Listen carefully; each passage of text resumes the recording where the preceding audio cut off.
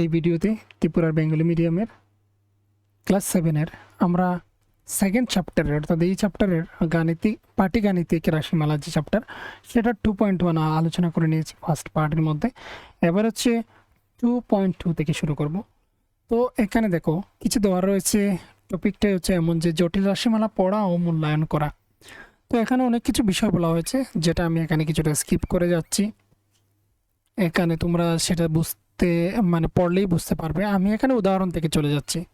দেখো উদাহরণ নাম্বার 4 কি বলা হয়েছে। উদাহরণ নাম্বার 4 বলা হয়েছে যে মাল্লেশ 30 মার্বেল। এখানে একটু ইম্পর্ট্যান্ট রয়েছে, তাই এই জায়গাটাকে একটু ভালোটিকে দেখবে। মল্লেশ 30টি মার্বেল খেলার মাঠে নিয়ে এলো। 30টা মার্বেল সে নিয়ে এসেছে।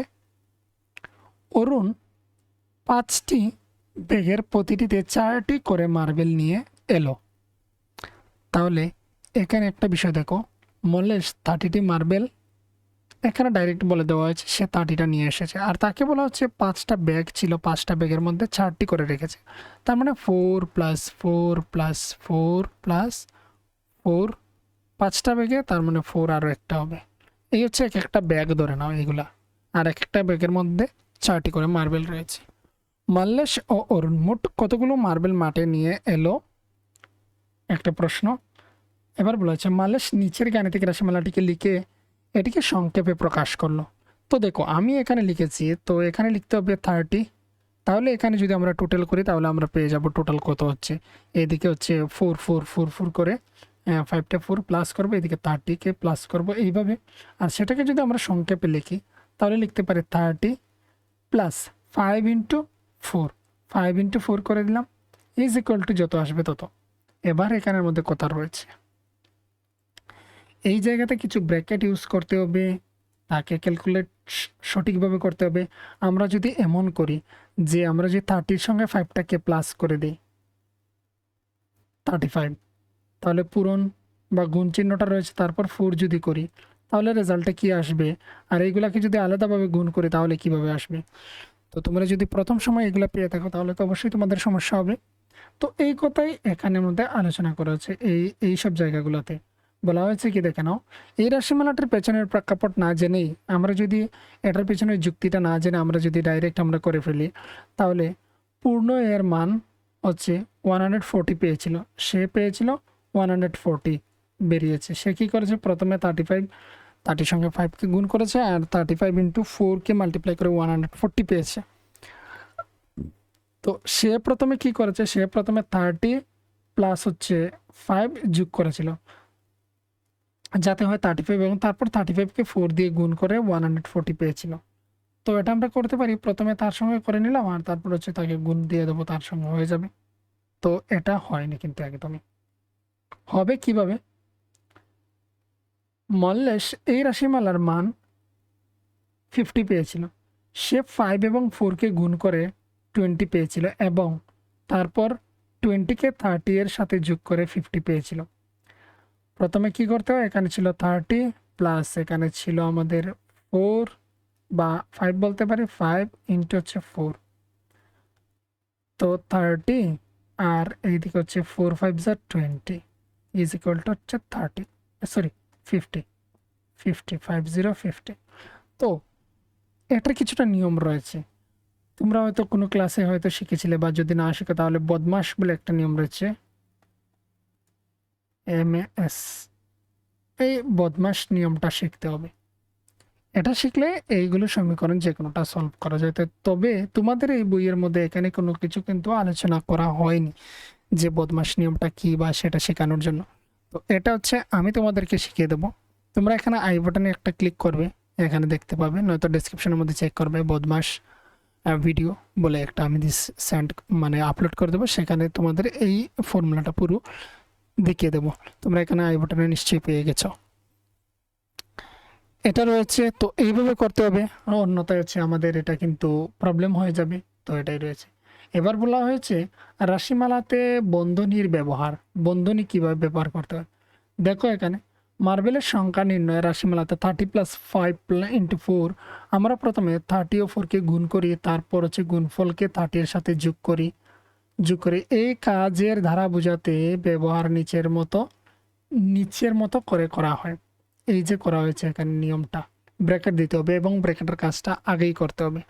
তাহলে এখানে কি করা হয়েছে দেখো, বদমাস নিয়মটা যদি আমি তোমাদেরকে বলি, বদমাস মানে হচ্ছে ব্র্যাকেট, ব্র্যাকেটের কাজ প্রথমে করতে হয়, তারপরে হচ্ছে অফ, অফ মানে হচ্ছে বাংলায় এর ব্যবহার করা, এর মানে হচ্ছে গুণ, এটা করতে হয়, তারপর হচ্ছে ডিভাইড, তারপর হচ্ছে মাল্টিপ্লিকেশন কাজ করতে হয়, তারপর হচ্ছে এডিশন, তারপর হচ্ছে সাবট্রাকশন।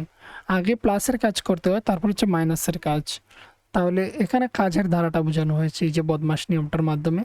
প্রথমে হচ্ছে ব্র্যাকেটের কাজ করবে, তারপর হচ্ছে গুণের কাজ, এর, এর যে সময় বলা হবে তখন সময়, এর বা অফ যে সময় ইংরেজিতে বলা হবে, তারপর হচ্ছে ডিভাইডের কাজ করা হবে, তারপর হচ্ছে মাল্টিপ্লিকেশন, তারপর হচ্ছে সাবস্ট্রাক্ট, সরি এডিশন মানে হচ্ছে প্লাস, আর তার শেষে হচ্ছে মাইনাস। এই হচ্ছে দ্বারা প্রথমে ব্র্যাকেট, তারপর গুণ, তারপর হচ্ছে এই গুণটা হচ্ছে এর বা অফ যেখানে ইংরেজিতে বলা হয়, যেমন হচ্ছে 40 এর 0.5%, তখন আমরা 40 লিখি, এর জায়গাতে ইন্টু করি 1/2 লিখি, আর বাকিটা হচ্ছে এটা হচ্ছে গুণ যে আমরা করি সেই গুণ, নর্মাল গুণ যেটা ইন্টু দেওয়া থাকে সেটা। আর তারপর হচ্ছে প্লাসের কাজ করতে হয়, তারপর হচ্ছে মাইনাসের কাজ করতে হয়। এটা হচ্ছে ধারা সিস্টেম। তো এটাকে ডিটেলস এক্সাম্পল দিয়ে তোমাদেরকে বুঝিয়ে দেবো, আর তোমরা যদি এখানে বুঝে যাও তাহলে তো ঠিকই রয়েছে। এবার হচ্ছে এইভাবে ব্র্যাকেট ইউজ করতে হয়, যেমনটা হচ্ছে এখানে ব্র্যাকেট ইউজ করে করা হয়েছে। নাম্বার রয়েছে 5।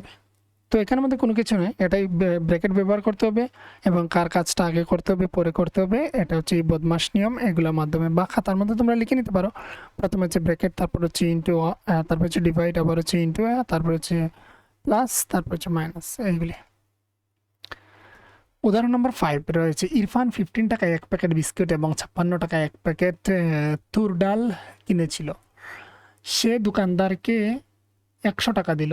দোকানদার কত টাকা ফেরত দেবে বা ইরফান দোকানদার থেকে কত টাকা ফেরত পাবে বলা হয়েছে। তো 100 টাকা দিয়েছে, 100 টাকার থেকে হচ্ছে আমরা প্রথমে 15 মাইনাস, তারপর হচ্ছে -56 করতে পারি, এইভাবে করতে পারি। অথবা আমরা এখানে ব্র্যাকেট ব্যবহার করে এখানে প্লাস করে দেব। তাহলে প্রথমে কি করতে হয়, 100, ব্র্যাকেটের কাজ প্রথমে করতে হয়। তাহলে এখানে হচ্ছে কত, এখানে হচ্ছে 71 পেয়ে গেলাম। অ্যাড করে দেওয়ার পর ব্র্যাকেটটা সরিয়ে দাও, এবার ইজ ইকুয়াল টু করে 29 লিখে দাও আনসার। তো এটাই। তো দোকানদারকে কি দিয়েছিল, প্রথমে হচ্ছে 15 টাকার 1 প্যাকেট বিস্কিট কিনেছে, তারপর 56 টাকায় 1 প্যাকেট তুর ডাল কিনেছে, মানে টোটাল সে কি করেছে, মাইনাস মাইনাস করেছে, সেইগুলোকে টোটাল কত খরচা করলো সেটাকে টোটাল দিয়ে দাও। আর তারপর হচ্ছে মোট টাকা থেকে ওই টাকাকে বিয়োগ করে দিলে আমরা পেয়ে যাই। তাহলে ব্র্যাকেটের কাজ প্রথমে করতে হয় এইভাবে। তো এখানে যে নিয়ম দেওয়া রয়েছে এইভাবে কিন্তু করা যাবে না, এইভাবে কিন্তু করা যাবে না। এই নিয়মটা কারেক্ট, বন্ধনী ব্যবহার করা হয়েছে।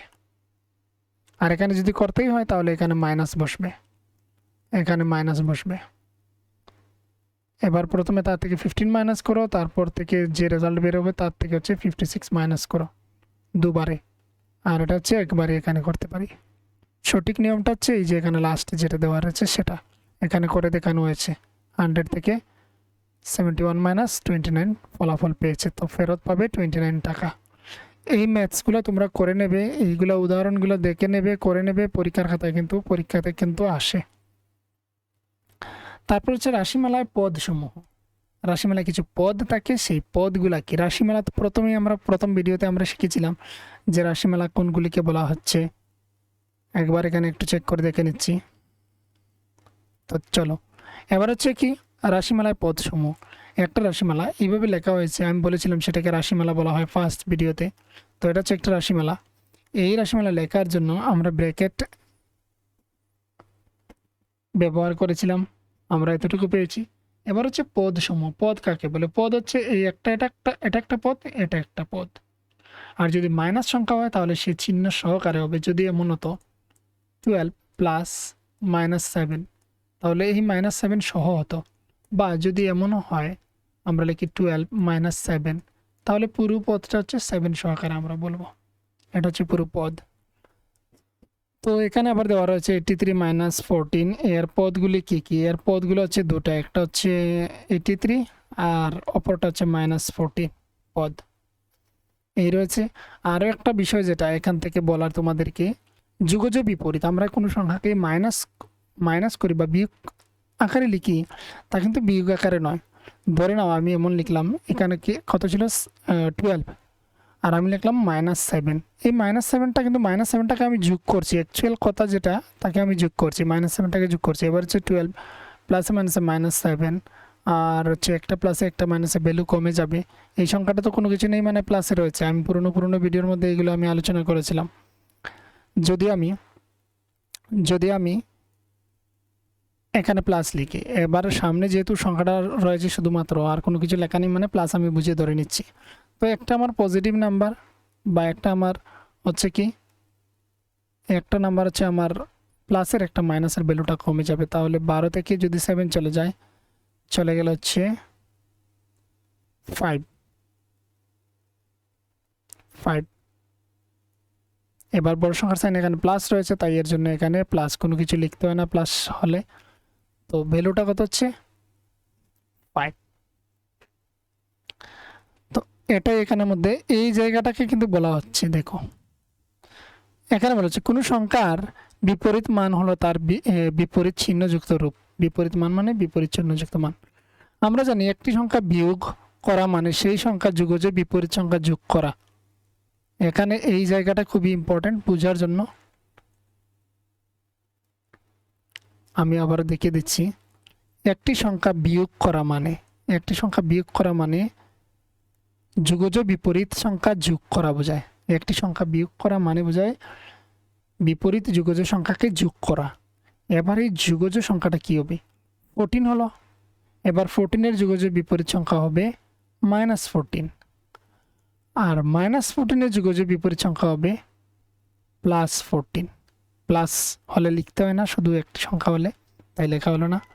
এবার 83 থেকে 14 বিয়োগ করা মানে হলো 83 এর সাথে -14 যোগ করা, অর্থাৎ এখানে দেখিয়ে দেওয়া হয়েছে। খুবই ভালোভাবে এই জায়গাটাকে বোঝানো হয়েছে। যারা বুঝতে পারবে,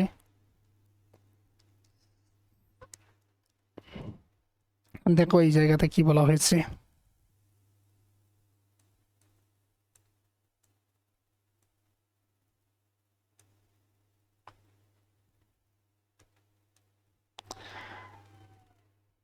এইটটি থ্রি থেকে হচ্ছে 14 বিয়োগ করা, তার মানে হয় 83 থেকে -14 বিয়োগ করা মানে -14কে যোগ করা। এবার 83 প্লাসে মাইনাসে -14, একটি প্লাসে একটি মাইনাসে কমে যাবে ভ্যালু। তাহলে এখানে 1 নিয়ে আসলে 13 থেকে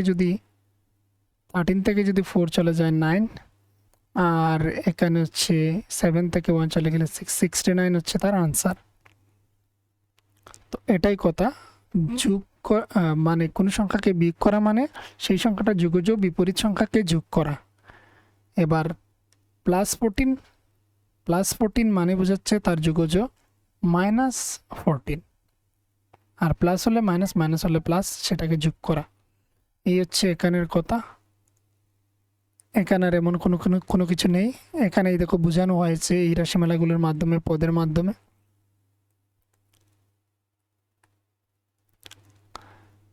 এই ছিল সংখ্যা।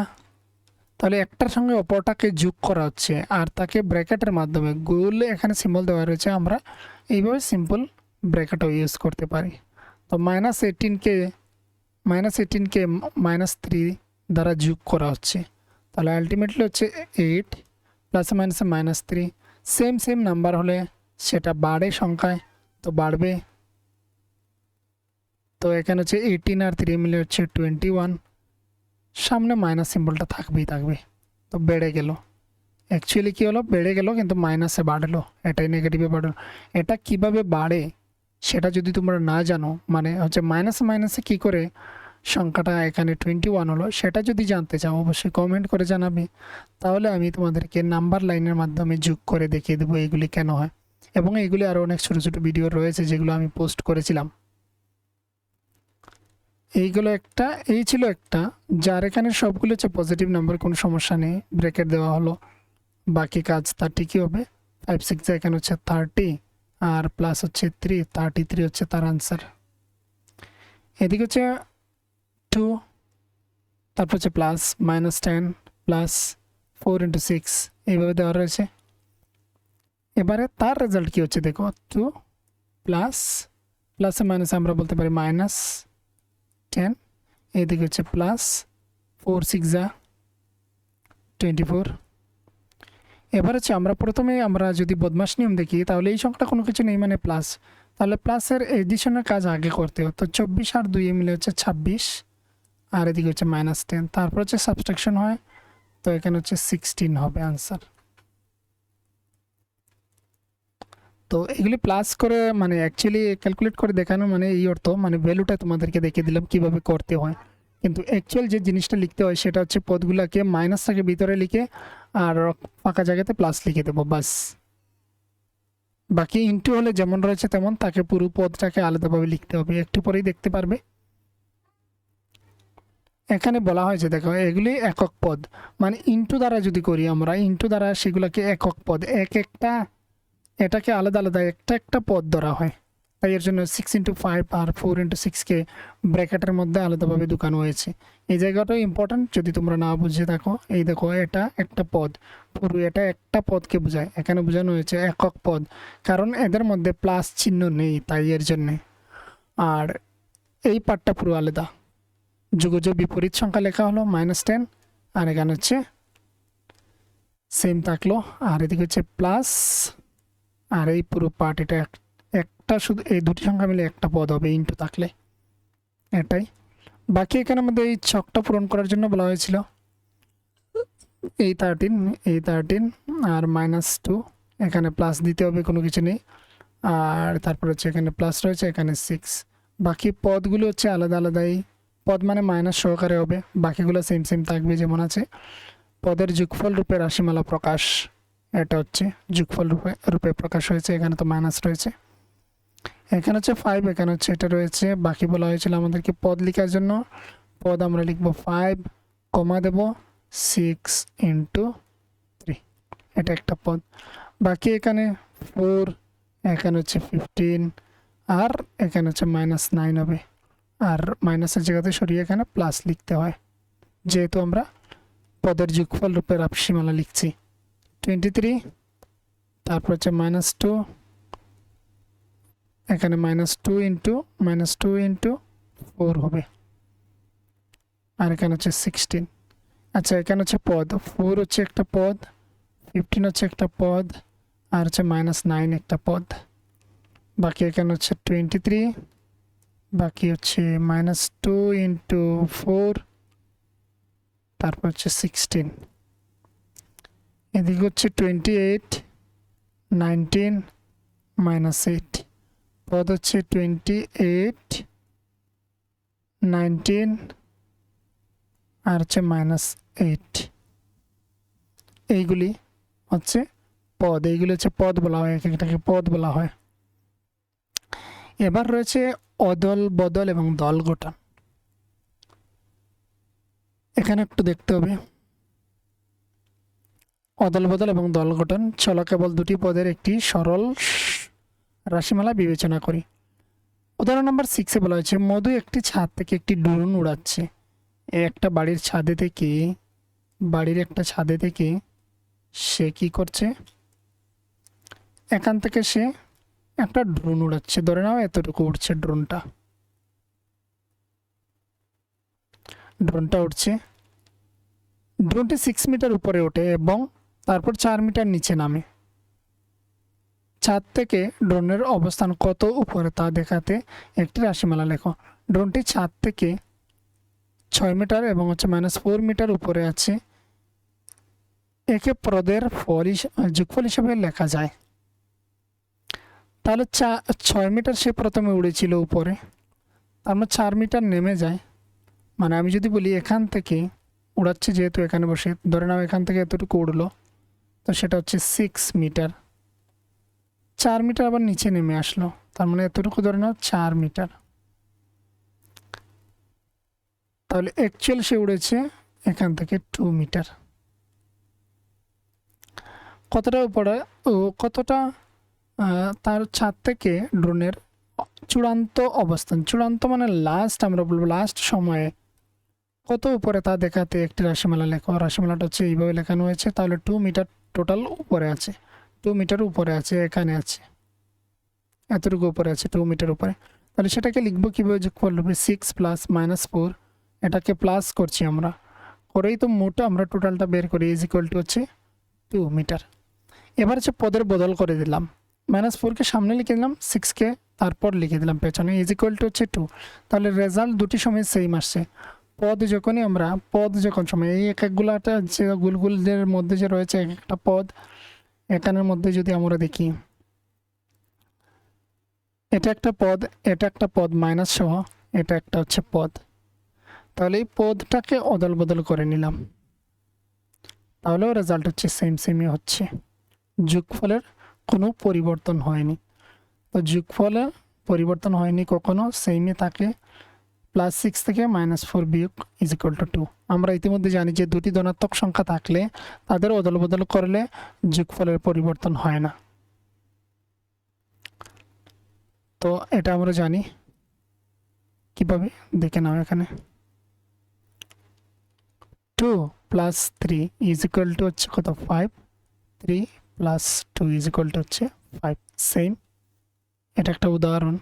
সেম এই সংখ্যাগুলোকে যদি আমরা প্লাস করি, রেজাল্ট কিন্তু সেম আসছে, আমাদের পরিবর্তন হচ্ছে না। কিন্তু যদি পদগুলোর মধ্যে ঋণাত্মক সংখ্যা থাকে তাহলে কি এটা প্রযোজ্য হবে? আরও কিছু রাশি মেলানো এবং যাচাই করো, কিন্তু সেম হবে, ঋণাত্মক হলেও সেম হবে। যেমন হচ্ছে 2, আমরা 2কে মাইনাস ধরছি, তাহলে আমরা এই সমীকরণটা নিচ্ছি লাস্টে একটা, 3 - 2 ইজ ইকুয়াল টু 1। আবার হচ্ছে -2 + 3 ইজ ইকুয়াল টু হচ্ছে 1।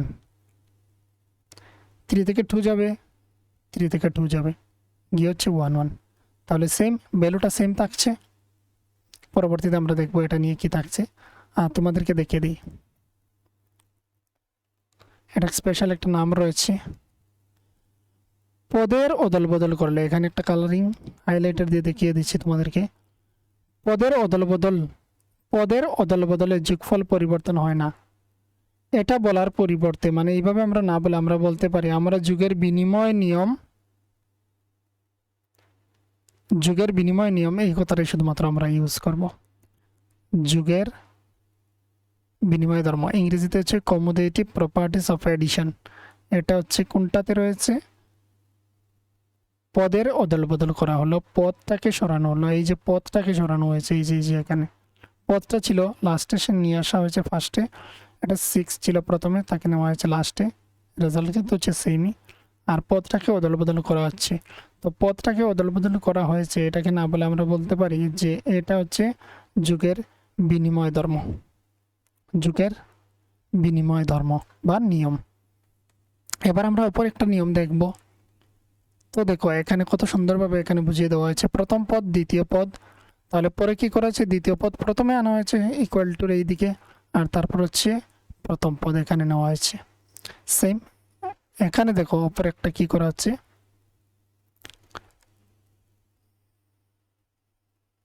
এখানে বলা হয়েছে এখানে 3টি পদের একটি রাশিমালা বিবেচনা করো, -7 + 10 + -11। এসো এই পদগুলিকে নিচের দুটি ভিন্ন ক্রমে যোগ করি। প্রথমে 7-এর সঙ্গে যোগ করা হয়েছে, তারপর হচ্ছে এইদিকে -11 রয়ে গেছে, আর তারপর হচ্ছে -7কে রাখা হয়েছে, এই দুটিকে করা হয়েছে।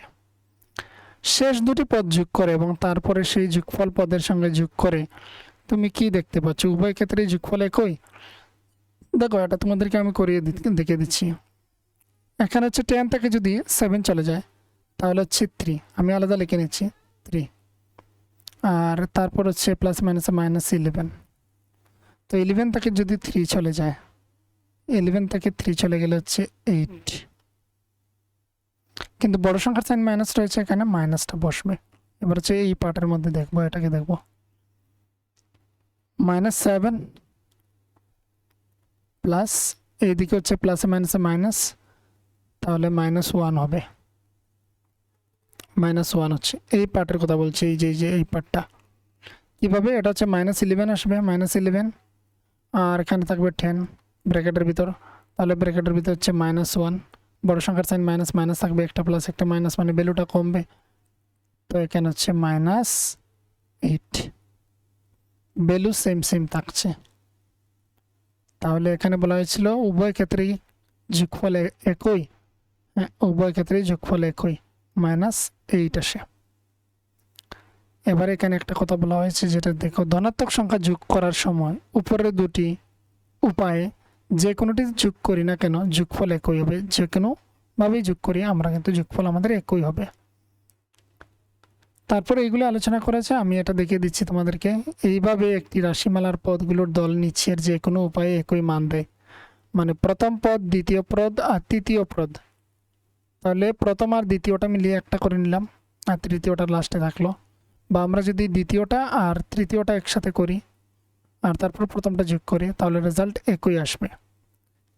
রেজাল্ট একই আসবে। এখানে উপরে আমি দেখিয়েছিলাম, -8 আসলো।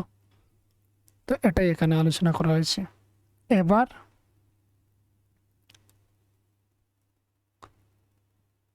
এখানে বলা হয়েছে কি দেখে নাও, এইগুলি তো যা রয়েছে, আমি এখানে শুধু এই কথাটা তোমাদেরকে দেখে দিচ্ছি। আমরা যদি দল গঠনের যোগফল পরিবর্তন হয় না, একে যুগের সংযোগ নিয়ম বলা হয়, অ্যাসোসিয়েটিভ প্রপার্টিস অফ এডিশন বলা হয়। কোনটা? যেটা হচ্ছে দল গঠনের যোগফল পরিবর্তন হয় না। দল গঠন যদি আমরা করি, দল যদি আলাদা আলাদা আমরা তৈরি করি, যেমনটা এখানে আমরা করেছিলাম। তো এখানে তোমাদেরকে দেখে দিই, এই রয়েছে একটা রাশিমালা,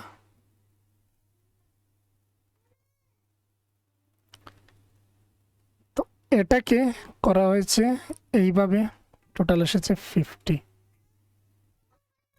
তারপর রয়েছে এইভাবে,